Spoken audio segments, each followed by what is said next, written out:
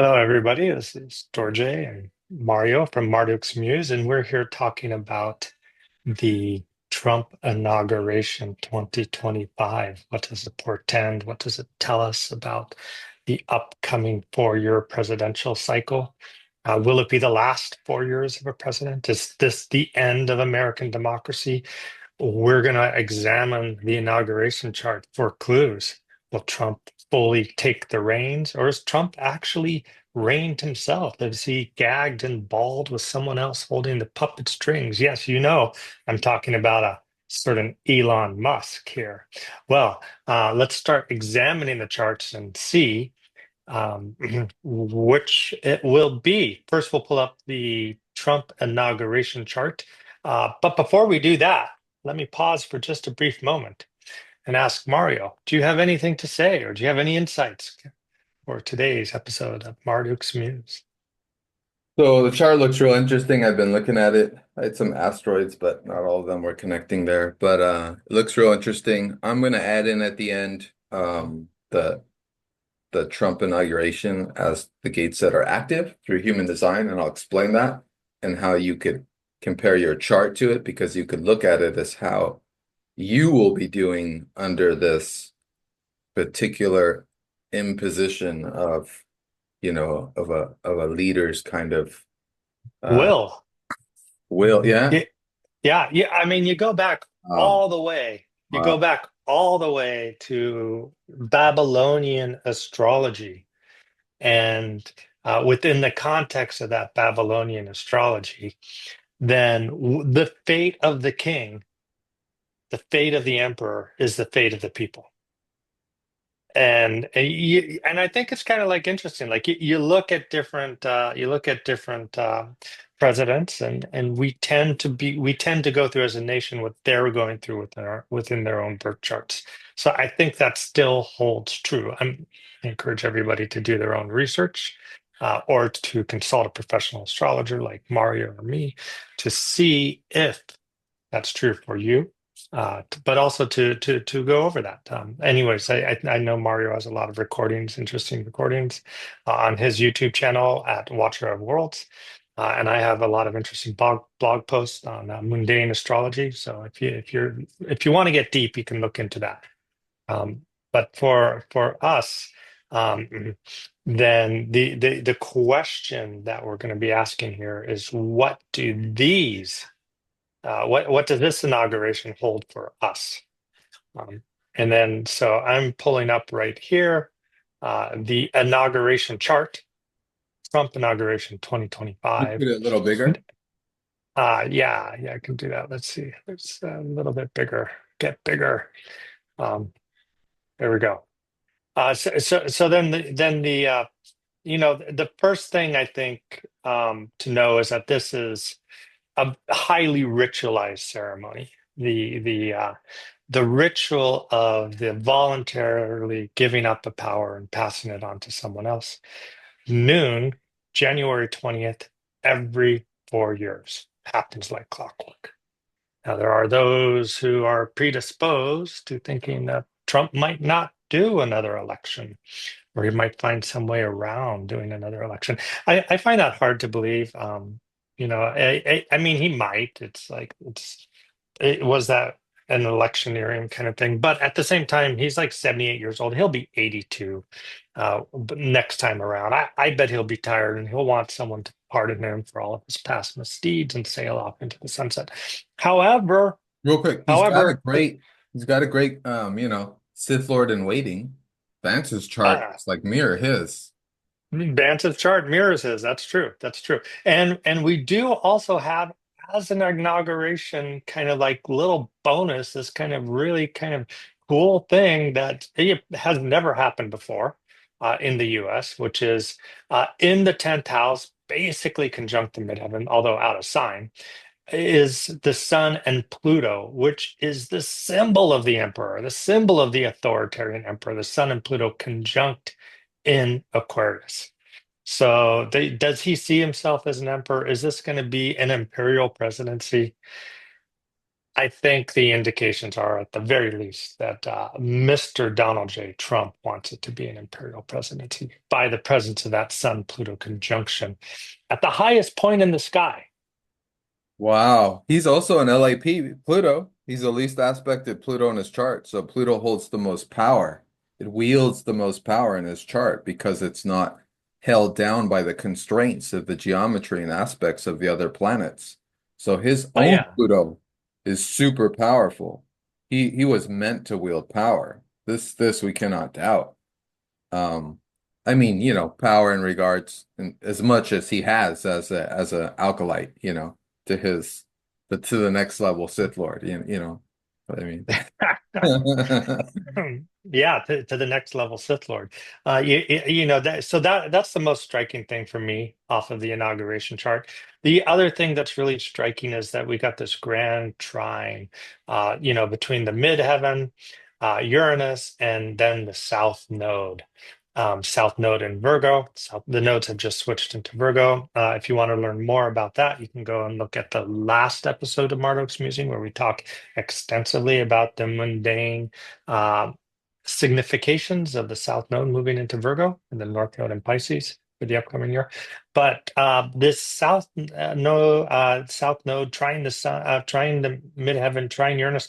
To me, this is trying to throw all of our kind of like modern new government kind of styles, our government by the people for the people, uh, into the past where the government wasn't necessarily by the people for the people, and it was more by the white Protestant male for the white Protestant male. I see this as like a kind of like a movement towards trying to rekindle those make America great again glory days of where there were just a few simple uh, uh, plutocrats who like made all the call and it didn't matter what anybody else said. It's still it's not that way now. Like there is a very strong public voice, and I think the beauty of the internet is we get to hear that voice a lot, and hopefully that will continue. With that South Node being in the last degree of Virgo, trying to retrograde Uranus and Taurus, I think that there's going to be a lot of resistance to the clawback of equal rights that the U.S.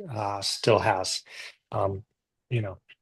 That being said, with Saturn conjunct Venus, I expect this presidency to continue to be a little bit difficult on the womankin folk in America, in the US. And we know it's been a little difficult. Trump did his best and he took away the rights for women to control their uh, destiny of their own bodies to some degree.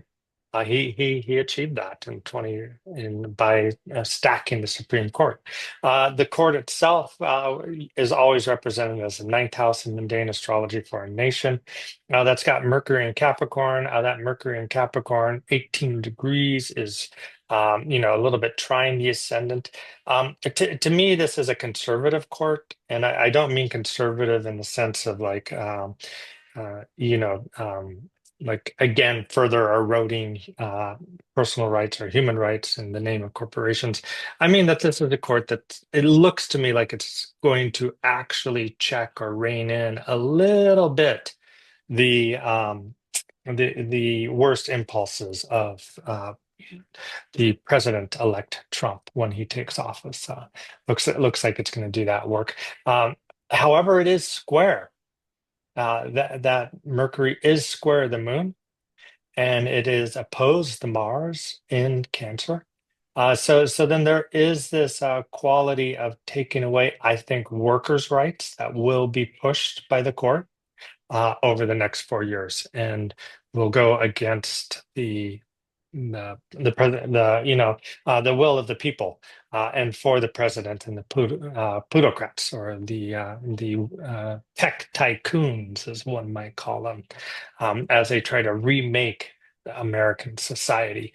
The ruler Venus rules the ascendant, and again, it is conjunct leaving a conjunction to Saturn, but it's in Pisces. It has some good degrees. I mean, some uh, exaltation there in Pisces, one might say. So I don't think that it's just going to be bad news, whatever happens over the next 4 years. And another thing that I don't really see here, which surprises me, is I don't see in this inauguration a lot of warfare, because I would look to the ruler of the seventh for that, which is Cancer retrograde, and that might be pulling some troops home, pulling some money home, which Trump has said he's going to do. Which puzzles me a little bit because I know that China is like really kind of like gearing up their fleet to retake Taiwan. So I'm not sure what's going to happen here. To me, this doesn't look like Trump goes and invades Greenland or invades Mexico or Canada. Um, that's just right off the top of my head. What do you see, Martin? A couple things. Thanks. I'm going to go back to all those three aspects you covered. So I'm going to start with the Earth Grand Trine, where you were noting um, about um, the whole Make America Great Again slogan and kind of phrasing and energy of the past that he's trying to bring back to some degree. So I Hmm. wanted to know that these programs are still, these specific programs under that are still being supported and ideologically pushed on the populace. And that's number one is the Patriot Pacification Program. That's been quite evident, that Mm, we're going to pacify all the patriots and, real supporters are patriots. And here's your program. Here's how you think. Here's what to expect. Here's what you should do. Whole ideological kind of zombie framework for us to think, under a certain bracket and so type of programming. And also I've noticed in the public, especially with a lot of the influencers, a kind of support and push for Christianity to the extreme, like a mm, Christian Reich to be to have more and more like um, ideological supremacy and power, which of course is just going to true. create nothing but a polarity, right? Hmm. I mean, Hmm. they're pushing, there's an ideological push to have more extremes represented in public ideology so that there can be some kind of, um, what do you call it, tension and conflict between polar forces. That's what our leaders do so well, right? To create this kind of divide and conquer tactics. So those are two evident ideological pushes, and that's being kind of held up with that grand trine. And then you mentioned the Saturn conjunct Venus, more so kind of holding women down or oppressing. We know that the outer planets are going into all masculine signs, Mm, so that's going to hmm. help that push, unfortunately. And then you also noted, let's see, I think you noted the Mercury square, the moon. That's similar. That's a tension between what's on our minds, what we're looking at, and how we feel as a nation that wants to protect as people that want to protect ourselves and be safe. Hmm. Yep. And yeah, and you talked about that and then you talked about Venus leaving its conjunction. Was that with Neptune? Saturn. With Saturn. Okay. So it's moving away. And so you talked about you're not seeing warfare in this chart. And yeah, Trump's talked about pulling troops here and maybe even like we could see some of the wars maybe toned down or or yeah, it's hard to see, but in this chart it does seem like you're saying like there's not enough energy. We'd have to look at Trump's maybe chart with the inauguration. You know what I mean? Mm, yep. Yeah, indeed. He's that with it Indeed. Well, it, because he's going through a lot, like with his progress chart and his transits in terms of yep. himself. I, I think you really keyed in on something there with the fundamentalist religion quality of it, and there's a lot of good in Christianity, but there's also factions of Christianity that are very controlling. And that moon square Mercury really, I think, speaks of that because the Mercury's in the ninth house of religion. And it's in Capricorn. That is a controlling speech, an attempt to control speech. Controlling what? Well, the moon represents the people in a mundane astrology chart, controlling the people, controlling, and so there's going to be a tension between that, between like, hey, this fundamentalist attempt to control, and then the people being like, no, we want to live a balanced, just, equitable life. I think that is part of what we are going to see as a tension through this current Trump term. Obviously, there's always tensions. However, I'm glad you brought up Trump's chart, and what I'd like to do is just pull up really quickly um, Donald Trump. Where are you, Donald Trump? Oh, you Right there, disappeared off of right me. above Elon Musk, right there. There you go. Oh yeah, Donald Trump. There you go. Um, so I just want to pull up quickly Donald Trump and the U.S. Sibley chart. Um, which one Trump's am on I the looking outer. for? Okay, so Yeah. so Donald Trump's Saturn is conjunct the Sibley chart's Mercury. And so for the Sibley, the Mercury is the 10th house, the house of the presidency. So, why is Donald Trump someone who's just got his fingers in control? And like, the liberal part of the nation, even the never Trumpers can't let him get him out, can't let him go. It's that Saturn conjunct Mercury. Like he has that kind of like control of that. But what's even more interesting to me is if we you got to remember that Donald Trump himself is a uh, Mars person. He's got Mars conjunct the ascendant. He's a very Mars person, and the Mars for the Sibley is conjunct the North Node, like he of the Sibley chart. I mean, Mars, the Sibley Mars is conjunct the North Node of his chart. He sees himself as a manifest destiny experience of the nation. But not only that, as we go to now, then another thing that you'll notice is that you'll notice that for the inauguration, let's see, I'm going to remove this here and pull this here. I'm going to pull up the inauguration chart recently used, Trump inauguration 2025. That Mars person is exactly conjunct Mercury, the Sibley Mercury.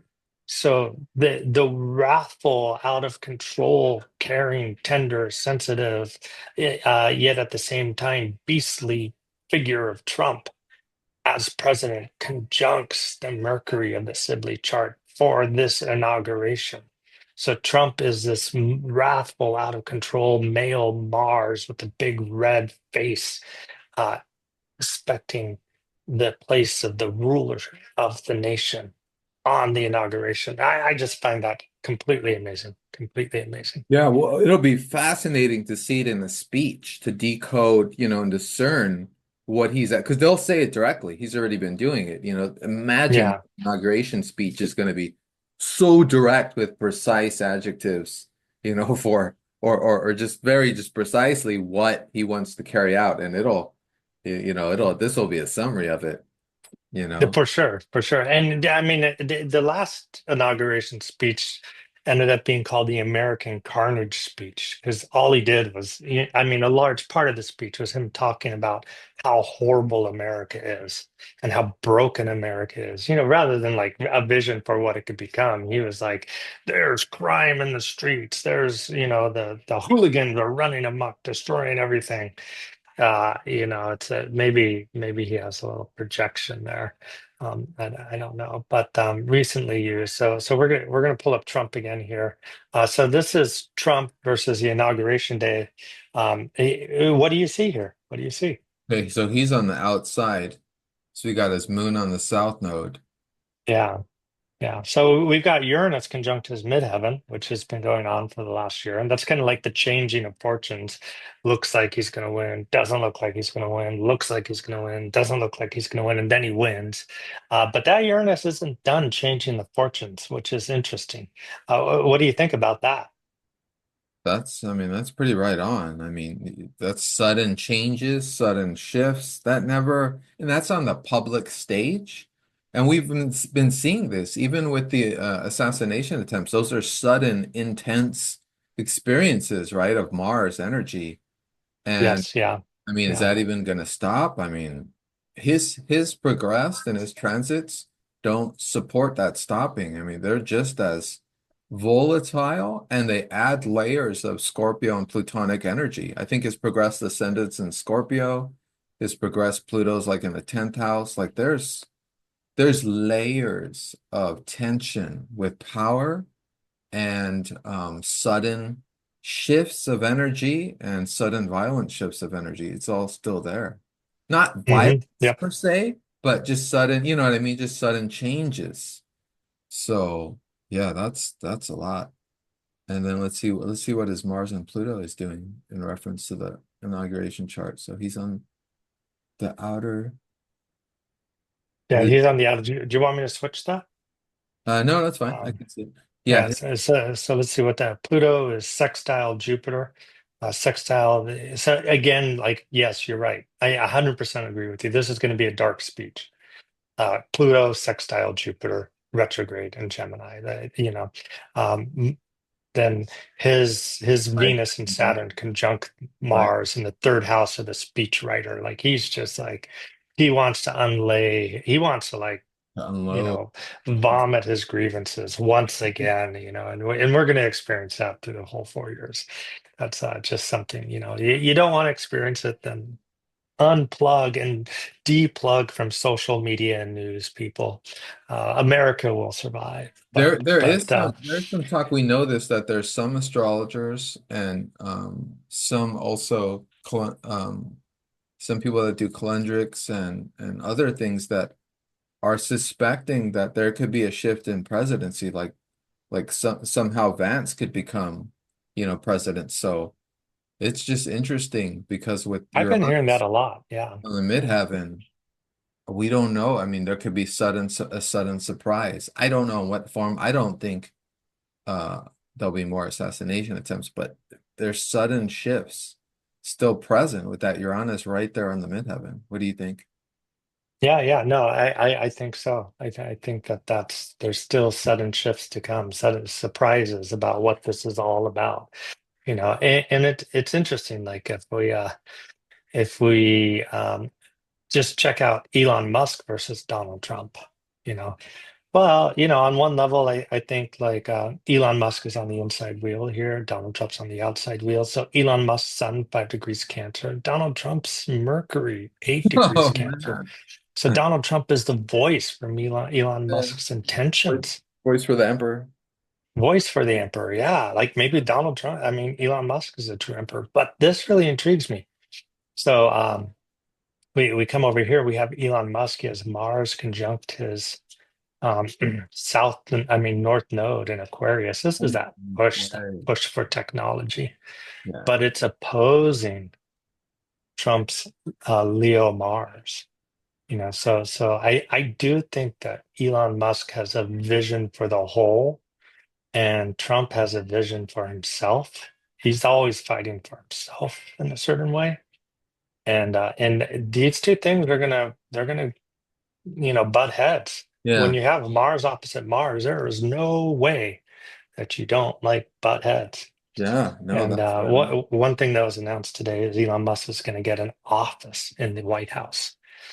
So What? he's getting an This office in the White speculation. I House. don't think that would really happen No, because he is. He's getting an office for his we'll see. office of We'll see. I don't buy Doge. that one until I see it, Ah, okay, we'll see. Biden, No, and no, then I can it see was it. announced. I'll see. You guys can all go look it up. The links are there. So that's there. And then they also have um, the moon and sun opposition and nodal opposition of Donald Trump is loosely, but it is there, squared by Elon Musk's Pluto and Virgo.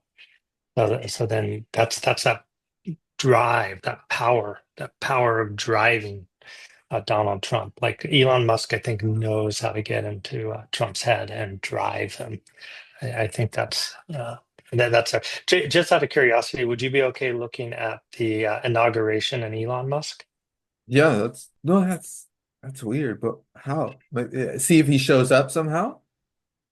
Yeah, yeah. Let's Oh, see. yeah, Let's his see if he's. experience of it. Yeah, yeah, you're right. No, of Yeah, course. yeah, yeah. He's Let's a see. Let's not seeing too much here. Inside the inauguration. Um, yeah, not seeing too much driving there. Us.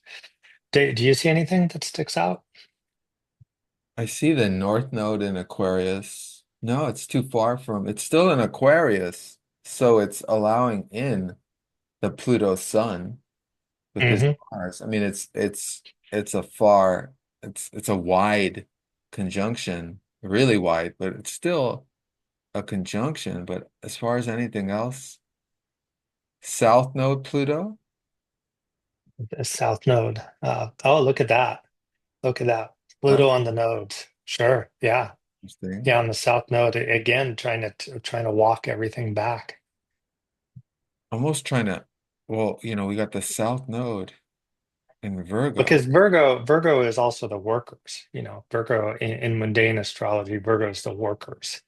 So that Pluto is like trying to take away workers' rights. I do think that's one of the big agendas of Oh, this for is sure. For sure. taking away Yeah, workers' that's rights. it. Right, right. Yeah, And also taking away work. yeah. Yeah. And then the sun of the inauguration trine Elon Musk's Saturn. So in the second house, which so then also like just trying to enrich himself as much as possible for his own agenda of reshaping mankind and the nation. Yeah, that's a good catch Yeah, too. yeah. So do you have any human astrology you wanted to share? Yeah, yeah. Let me share a human design chart and we can go into that a I little. mean, yeah, human design. Yeah, If anyone has a human design, if their own human design chart, it's great to pull it up in comparison that the chart I'm going to share, because that can illuminate for you what your experience of being under our new Sith Lord will be like. So let me share.